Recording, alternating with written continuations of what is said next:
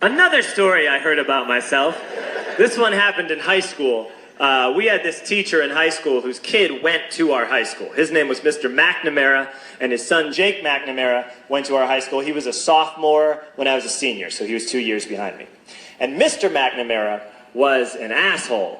And one weekend, he and his wife decided to leave town, which you should never do if you're an asshole.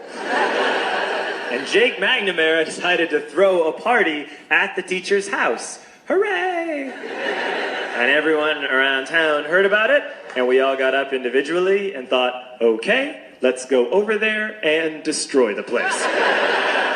I walked into this party, everyone I had ever met was there, and everyone was drinking like it was the end of the world. People were drinking like it was the Civil War and a doctor was coming to saw our legs off. It was totally unsupervised. We were like dogs without horses. We were running wild. I walked down to the basement. They had a pool table in the basement. One dude took a running start and threw his body onto the pool table and broke it in half. Another kid found out which room was Mr. McNamara's and went upstairs and took a shit on his computer. So the party was going great. I'm standing in the basement and I'm holding a red cup. You've seen movies. And I'm standing there and I'm holding a red cup and I'm starting to black out. And I guess someone said like, something police. And in a brilliant moment of word association, I yelled, fuck the police! Fuck the police! And everyone else joined in. 100 drunk white children yelling, fuck the police. With the confidence of guys who have like already been to jail and aren't afraid of it anymore. You know, that like, I serve my nickel, you come and take me confidence.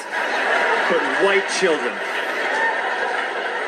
The reason someone had said something police was because the police were there.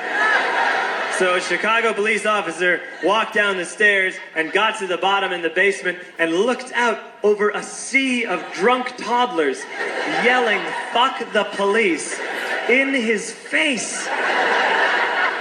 And he was almost impressed. He's like, wow. And then he leaned into his walkie-talkie and went, get the paddy wagon. And my friend John, who is now a father, this man now has a baby, he grabbed a 40, smashed it on the ground, and yelled, scatter! And everyone ran into different directions. We all ran in different directions. It was like that scene in Ratatouille when the humans come in the kitchen and all the rats go in different ways. We all ran in different directions. I ran into the laundry room and I jumped up on the washing machine and I crawled out through a window into the backyard, and now I'm running through the backyard and there was this big chain link fence and I thought, I've never climbed a fence that high before. And then I woke up at home.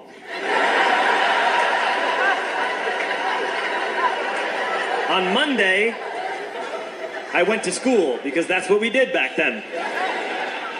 And I'm walking into the school building, and who do I see but Jake McNamara? And he says to me, hey, were you at my party on Saturday? And I said, no. You know, like a liar. And he said things got really out of hand. Someone broke the pool table. Someone took a shit on my dad's computer. But the worst thing, he says, the worst thing is that someone stole these old antique photos of my grandmother, and my parents are freaking out about it.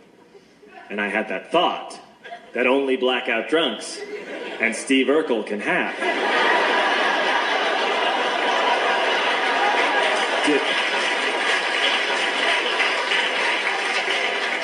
Did I do that? I figured, no, I wouldn't have done that.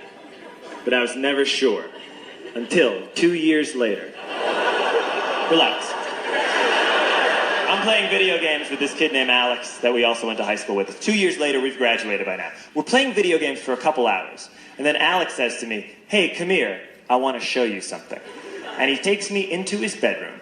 And then he takes me into a side room off of his bedroom. Never a good thing to have.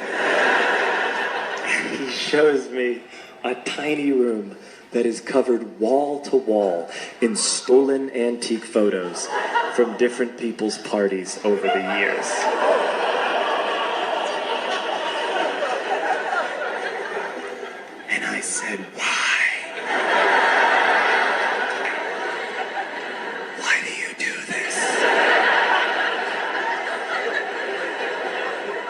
Alex said, because it's the one thing you can't replace.